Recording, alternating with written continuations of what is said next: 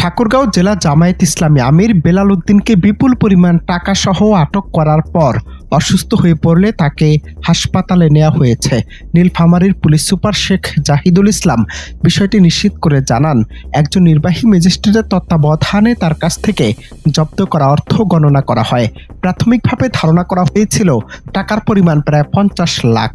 অভিযানের আগে থেকে বিপুল পরিমাণ অঙ্কের অর্থ বহন করছেন এমন তথ্য পুলিশের কাছে ছিল বলেও জানান পুলিশ সুপার। পরে গণনা শেষে দেখা যায় বেলাল উদ্দিন প্রধানের কাছ থেকে মোট ৭৪ লাখ টাকা উদ্ধার হয়েছে। তিনি নিজে জানিয়েছেন টাকার পরিমাণ 50 লাখেরও বেশি। পুলিশ জানিয়েছে টাকার উৎস ও সম্ভাব্য ব্যবহার সম্পর্কে তাকে জিজ্ঞাসাবাদ করা হবে। মামলাটি সংক্ষিপ্ত বিচার প্রক্রিয়া চলবে নাকি নিয়মিত প্রক্রিয়ায় পরিচালিত হবে সে বিষয়ে এখনো চূড়ান্ত সিদ্ধান্ত হয়নি বলেও জানায় পুলিশ।